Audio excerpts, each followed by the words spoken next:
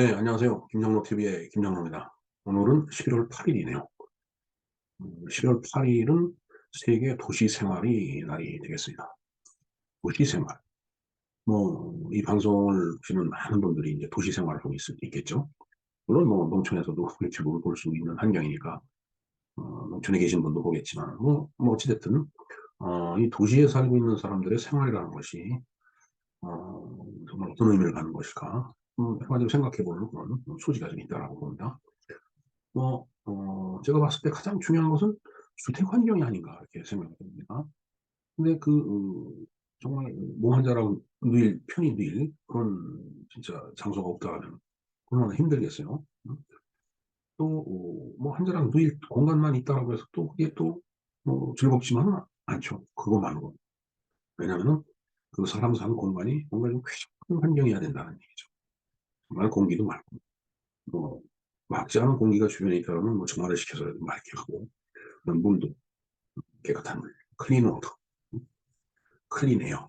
하여튼 그런 것을 마음껏 즐길 수 있는 그런 환경이 되면 어, 얼마나 좋겠어요. 예를 들어서, 음, 이 도심 한가운데로 이제 시내물이 흘러간다. 청계천 마치 아니면 도림천, 안양천 이런 식으로. 그러면은 그 수변 공간에 대해서 참 생각할 게 많죠.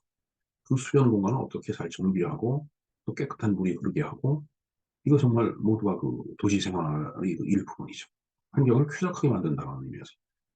이제 그런가 하면 이제 교통 문제 때문에 날마다 교통 체증이 생기고 또 그로 인해서 매연이 그냥 가득 차고 그러면 얼마나 괴롭겠어요. 사실 지금 서울이 많이 깨끗해진 거죠. 한 2, 30년 전만 하더라도 와이셔츠를 입고 나가면 그 목 카라가 그냥 새카맸는데 그때 일본을 갔을 때는 안 그랬어요. 정말 10년대. 그래서 이거 참 이게 뭔가 했는데 그게 결국은 이제 공기가 얼마나 깨끗하냐 이제 그 문제였죠. 결국 우리나라도 굉장히 노력을 한 끝에 요새는 상당히 도시의 공기가 맑아졌습니다.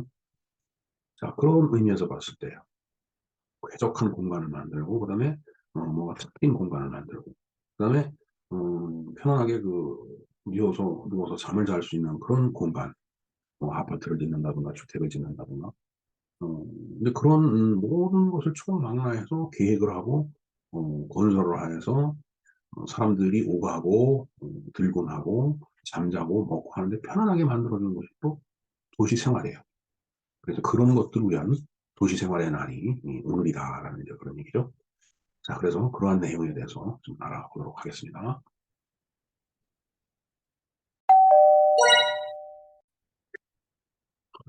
네, 11월 8일은 세계 도시 생활의 날. 아, 조금 명칭이 여러 가지긴 한데 세계 도시 생활의 날이 되겠습니다. 그리고 세계 방사선의 날도 겹쳐 있네요. 세계 방사선의 날에 대해서는 이제 지난 회에 한번 말씀을 드렸기 때문에 일단 세계 도시 생활의 날을 중심으로 해서 오늘 이야기를 좀 풀어보겠습니다. 예, 세계 도시 생활의 날, 도시주의의 날, 일명 세계 도시주의의 날이기 때문에 이름이 이제 이렇게 비슷한 이름이지만 같은 의미로 지금 사용이 되고 있습니다. 깃발이 하나 보이네요. 도시주의의 깃발. 글쎄, 깃발이 참, 지금 굉장히 단순하네요. 이게 푸른 하늘이 있고, 밑에는 푸른 들판이 있고, 거기 이렇게 싹 떠 있는 그런 걸 형상화하는 걸까요? 어찌됐든, 저 모양의 깃발이 도시주의를 나타내는 그런 깃발이라고 지금 얘기를 하고 있습니다. 글쎄, 참, 저 그림으로 봐서는 이게 도시주의다 이런 기분이 전혀 나질 않는데, 어찌됐든, 이 도시주의를 이제 제창한 사람들이 이제 고안해낸 그런 깃발이라고 봐야 되겠죠. 네. 세계 도시 생활의 날, 이게 세계 도시 계획의 날이라고도 알려졌다 이거죠. 그리고 세계 도시주의의 날이라고도 부른다라는 그런 얘기가 되겠습니다. 그래서 이 날을 위한 국제 기구가 있어요. 그것은 이제 파리의 인스티튜트 어바니즘. 불어로 어떻게 읽어야 되는지 모르겠네요. 음, 하여튼 그 그러니까 어바니즘 연구소죠. 네? 도시 연구소라고 할까? 도시 계획 연구소라고. 하여튼 하여튼 그걸 졸업한 부에노스 아이레스 대학의 카를로스 마리아 델라 파울레라 교수에 의해서 1949년에 제정이 이제 됐다고 합니다. 1949년이면은 뭐 얼추 그 2차 세계대전이 끝나고서 이제 곧 그 6.25 사변이 시작되기 바로 직전이네요. 하여튼, 우리는 이 가난 속에서 허덕일 때, 세상은 저렇게 많이 변해갔던 것 같아요. 도시계획에 대해서 이제 생각을 하고, 뭐, 이제, 어, 쾌적한 도시를 만들기 위해서 뭔가 전문적인 지식을 갖다 쌓고, 거기서 그러한 도시를 건설하기 위한 여러 가지 그 아이디어들을 창출해내고 하는 그런 이제 그런 그 상태에 이 선진국은 가 있었다라는 그런 얘기가 되겠죠. 1949년에 제정이 돼서 도시계획에 대한 대중적이고 전문적인 관심을 불러왔다. 예. 그러니까 이 파울레라 교수가 이제 그런 대중적이고 전문적인 뭐에 대해서 도시계획에 대해서 관심을 갖다 이제 불러왔다라는 그런 얘기가 되겠습니다. 그래서 매년 11월 8일을 4개 대륙에서 30개국 이상에서 기념을 이제 한다라고 되어 있네요. 예, 하지만 우리나라에서 세계 뭐 도시주의의 날, 도시생활의 날, 도시계획의 날, 뭐 이런 얘기를 들어본 적은 별로 없는 것 같아요. 그래서 이제 우리 그 서울특별시 의회의 홈페이지를 한번 들어가 봤습니다. 그랬더니 이 도시계획, 도시주의, 도시생활 이런 거에 대해서 뭐 여러 가지 위원회가 많이 있더라고요. 한번 살펴보도록 하겠습니다. 네. 일단 서울특별시 의회 홈페이지에 보면 이제 상임위원회 소개를 하고 있네요. 위원회가 있는데 상임위원회가 운영위원회, 행정자치위원회, 기획경제위원회, 환경수자원위원회, 문화체육관광위원회, 보건복지위원회, 도시안전건설위원회, 주택공간위원회, 도시계획균형위원회, 교통위원회, 교육위원회 이렇게 위원회가 이제 여러 개가 있고 그다음에 특별위원회로서 이제 어, 예산결산 특별위원회가 있겠죠. 뭐 기본적으로. 그리고 이제 필요에 의해서 이제 특별위원회는 이제 그 의원들 결의에 의해서 구성할 수가 있습니다. 여기 보면 이제 운영위원회가 있는데 운영위원회라고 하는 것은 이제 의회 전체를 운영을 어떻게 할 것인가를 이제 토론하는 데죠. 여기서 이제 결정을 해서 이제 의회의 운영 방향을 갖다 여기 결정을 하는 거예요. 그다음 행정자치, 이 서울시 청의 여러 부서가 있는데 행정과 자치에 관련된 부서들을 이제 소관 부서로 두고 있는 위원회죠. 그다음 기획경제가 있습니다. 그다음에 환경수자원. 네, 환경수자원은 뭐 이 도시 환경도 굉장히 중요하죠. 그리고 뭐 서울에는 그 한강이 있기 때문에 이 수자원 이런 것들을 이제 다루고 여기 보면 녹색도시, 기후변화 대응도시 이런 것들이 있죠. 예. 이것도 그 도시 생활에 굉장히 중요한 한 부분이 되겠습니다. 그다음 문화체육관광위원회, 보건복지위원회, 뭐 별도로 말씀드리지 않아도 뭐 다 이해가 되실 수 있는 그런 위원회가 되겠습니다. 그다음에 도시안전건설위원회, 쾌적한 도시를 건설하기 위해서 뭔가 주거복지 시설을 갖출 수 가능한 사람 중심 도시를 만든다라고 되어 있는데 도시의 뭐 도로라든지 여러 가지 이제 건축 구조물 이런 것들에 이제 관련된 일을 하는 것이 바로 도시안전건설위원회라고 볼 수 있겠죠. 그다음에 이제 주택공간위원회, 그다음에 도시계획균형위원회. 이게 주택이라고 이게 서로 일맥상통할 거라고 보여집니다. 주택공간위원회라고 하는 것은 서울 시내에 보면 뭐 아파트도 많이 있지만 주택도 많이 있죠.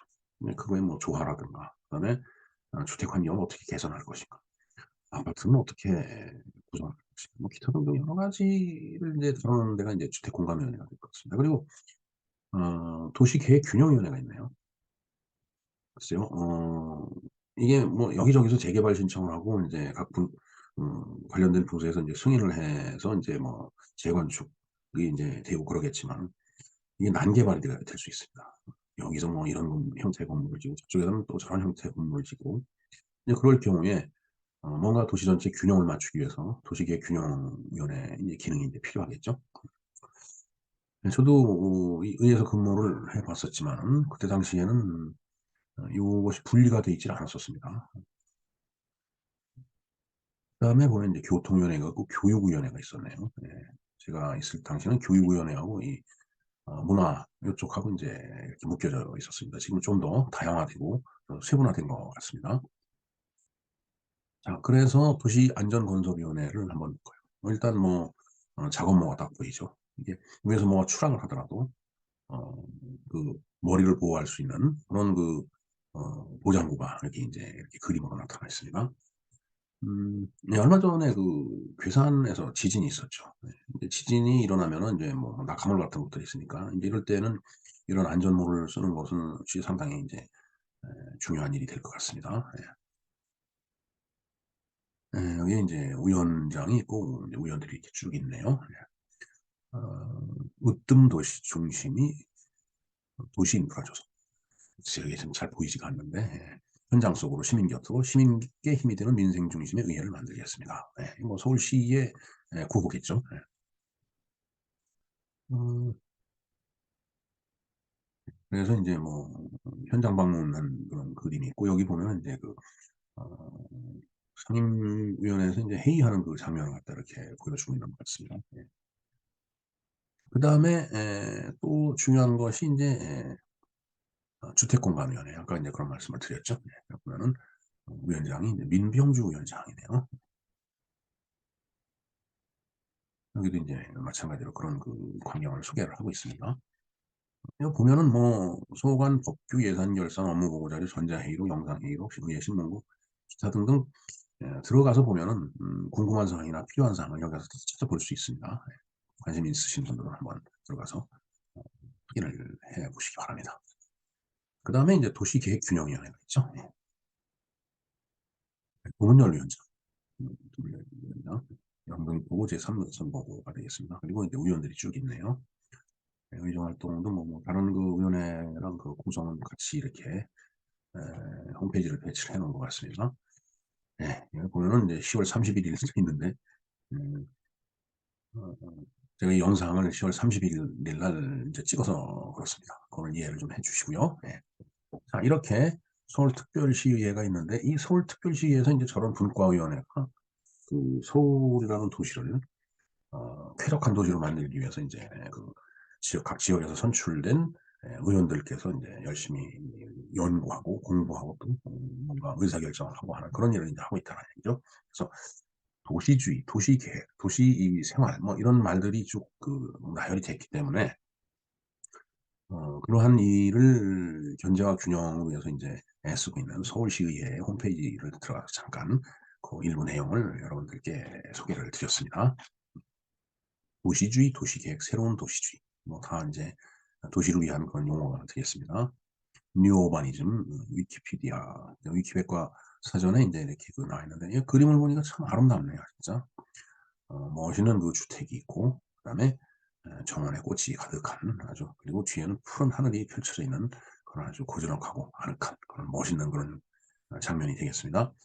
음 사실 우리나라는 이제 국토가 좁기 때문에 상당히 그 이제 고층으로 이제 건물을 짓는데 이제 미국 같은 경우는 땅덩어리가 넓으니까 고층 건물보다는 이렇게 단층으로 2-3층 정도 그런 건물이 이제 많죠. 참 참 미국은 축복받은 땅이에요. 제가 인제 그 우크라이나 출신한테 "아 미국은 축복받은 땅이다. 땅덩어리도 넓고 참 뭐 여러 가지로 참 그런 나라다." 그랬더니 자기 그 소련도 그때 인제 소련이 망하기 전이니까 소련도 쓸만하다고 아주 잘하더라고요. 그때 제가 들었습니다. 그다음에 인제 오늘이 또 방사선의 날이라고 이제 말씀을 드렸죠. 예. 글쎄 국제 방사선의 날이 되겠습니다. 인터내셔널 데이 오브 레디올로지 국제 방사선의 날인데 요것은 지난 2021년 11월 8일 날 방송 번호 31 번으로 인제 제가 방송해 드린 적이 있네요. 요 주소를 참조하시면 아니면 뭐 김영로 TV와 방사선의 날 이렇게 두 핵심 단어를 그 입력을 해서 검색을 하면 요 이미지를 찾아보실 수 있을 거라고 보여집니다. 네. 뭐 일단 방사선 하면 대표적인 게 엑스레이죠. 렌트겐. 네. 그것에 관련된 그 이야기를 갖다가 좀 정리를 해 놓은 그런 영상이 있습니다. 자 이렇게 세계 도시 생활의 날, 일명 세계 도시주의의 날, 그다음에 어 세계 도시계획의 날. 이 세 가지의 용어지만 같은 개념에 대해서 우리가 알아봤고 우리 그 서울 사시는 분들 생활에 밀접한 서울시의회 의 그 구성하는 일을 간단하게 아주 홈페이지를 통해서 알아봤습니다. 예를 들어서 뭐 충청북도다 아니면 경기도다 그러면 충청북도의회나 경기도의회를 검색해서 들어가시면 이 똑같은 기능을 하는 그런 지방의회가 있다라는 것을 말씀을 드리겠습니다.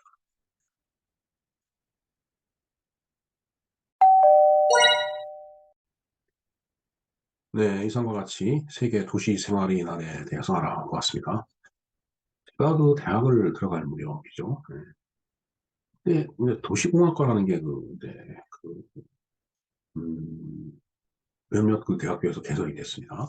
도시공학과, 그 학과가. 아마 그때, 제가 하숙을 했을 때 그 하숙집에 아들이 있었는데, 그 아들이 이제, 고등학교 선배였어요. 근데 이제 그, 학내 선배였는데, 이 도시공학과를 이제 입학을 했더라고요. 한양대학인가 그랬습니다. 뭐 요즘도 이제 이런 과가 있는지는 잘 모르겠는데 그때 도시공학과라는 데를 또 이제 입학을 해서 이제 공부를 하는 걸 이제 지켜본 게 아니라 이제 그런 사실을 알았었는데 뭐 그때만 하더라도 이 도시공학이라는 게 도대체 뭔가 도시계획이라는 게 응? 도시에 또 무슨 공학이 있을까? 응? 뭐 그런 생각을 정말 궁금했었어요. 그런데 이제 이 서울 생활하다 보니까 아 정말 그 시민이 적하게 산다는 게 정말 매우 중요하구나 이런 생각을 이제 하게 됐거든요. 그래서 이제 바로 그런 그 이제 중요성에 대해서 우리가 좀 약간 알아보고 그런 개념을 갖고 이제 지방의회에서 누가 어느 부서에서 그런 일을 하는지 이제 서울시 홈페이지를 통해서 간단하게 좀 알아보았습니다. 물론 뭐 깊이 있는 내용은 아니었지만 도시공학 자체를 갖다가 이제 다룬 건 아니지만 어찌됐든 그 행정기관이 그런 일을 하고 있다라는 것을 여러분들에게 이제 말씀을 드린 거죠. 예. 예, 그렇게 이해를 좀 해주시고요. 오늘 그또 방사선의 날이라고 말씀을 드렸죠. 예. 어, 뭐 방사선 뭐 좀 전에도 말씀드렸지만 엑스레이를 이제 방사선이라고 이제 우리가 흔히 병원에 가면은 이제 방사선과 해놓고서 저 엑스레이 기계를 이제 많이 이제 그 기계가 설치되어 있는 걸 보는데 뭐 일반 그 이 가슴을 찍는 엑스레이도 있고 그다음에 뭐 누워서 이제 뭐 내장도 찍고 뼈도 찍고 뭐 이제 이런 그 엑스레이가 있는가 하면은 그다음에 이제 그 컴퓨터라이즈드 토모그래피라고 해서 CT, 엑스레이 CT가 있죠. 굉장히 고가 장비입니다. 그런가 하면은 이제 여성의 그 유방암을 진찰하는 마모그래피 같은 것이 있고 그다음에 혈관 흐름을 보는 엔지오그래피 이런 게 있죠. 그리고 이제 방사선 장비의 초고화 MR 있죠. MR, 마그네틱 레소넌스 이메이징 시스템이죠. 그걸 이제 줄여서 MR이라고 하는데, 뭐 제가 그 엑스레이 CT나 MR을 다루던 때하고 지금은 정말 기술의 차이가 엄청나고 격세지감을 느낍니다. 어쨌든 그 방사선이라고 하는 것이 우리 생활에서 엄청 중요한 역할을 하죠. 방사선을 만들어내 갖고 생성을 시켜 갖고서 우리가 그걸 쪼여서 보이지 않는 그런 부분에 속을 들여다보는 그런 기술을 개발했지만 이 태양으로부터도 사실 그 엄청난 양의 그 방사선이 이제 날라오죠. 그거를 이제 지구의 자기장이 이렇게 막아주는 거예요. 그래서 이제 지구 자체가 이제 그런 것들을 이렇게 보호하는 장치가 자연적으로 다 있는 거죠. 정말 그 이 우주라는 걸 생각할 때는 정말 오만합니다. 아무리 그 수제, 천재가 연구를 하고 알아보아도 역시 풀리지 않는 게 바로 이제 우주죠. 우주의 신비입니다.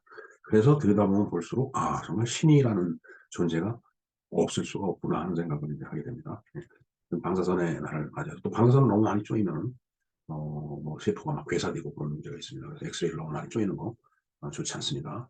병원에서 일하시는 분들 정말 나무로 된 그 차폐 옷을 다 앞치마, 에이프론이라고 가지고 다 입고서 엑스레이 그 작업을 하죠.